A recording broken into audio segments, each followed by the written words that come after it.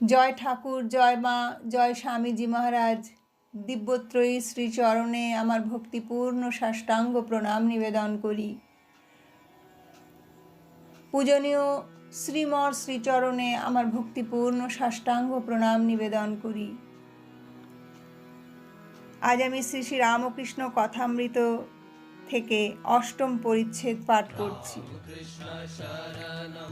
শ্রুতি বিপ্রতিপন্না তে যদা স্থাস্যতি নিশ্চলা সমাধাব অচলা বুদ্ধিস্তদা যোগমবাপ্স্যসি। সভা ভঙ্গ হইল। ভক্তেরা এদিক ওদিক পায়চারি করিতেছেন। মাস্টারও পঞ্চবটী ইত্যাদি স্থানে বেড়াইতেছেন। বেলা আন্দাজ 5টা। কিয়ৎক্ষণ পরে তিনি শ্রী রামকৃষ্ণের ঘরের দিকে আসিয়া দেখিলেন, ঘরের উত্তর দিকের ছোট বারান্দার মধ্যে অদ্ভুত ব্যাপার হইতেছে।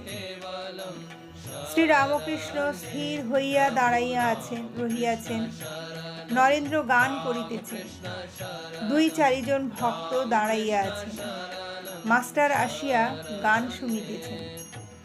গান শুনিয়া আকৃষ্ট হইয়া রহিলেন। ঠাকুরের গান ছাড়া এমন মধুর গান তিনি কখনো কোথাও শোনেন নাই।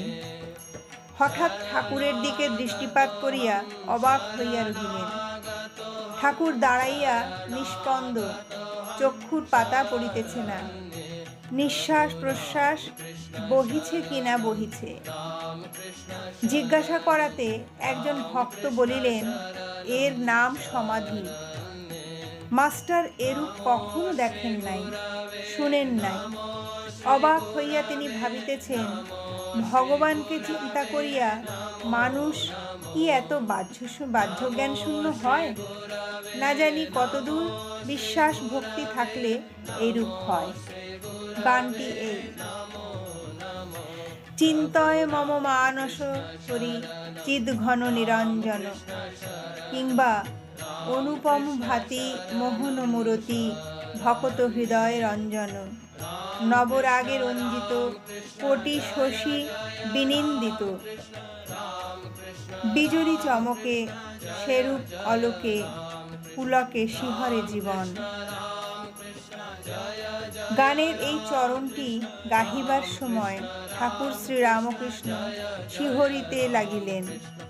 দেহ রোমাঞ্চিত, চক্ষু হইতে আনন্দাশ্রু বিগলিত হইতেছে। মাঝে মাঝে যেন কি দেখিয়া হাসিতেছেন। না জানি কোটি শশী বিনিন্দিত, কি অনুপম রূপ দর্শন করিতেছেন। এরই নাম কি ভগবানের চিন্ময় রূপ দর্শন?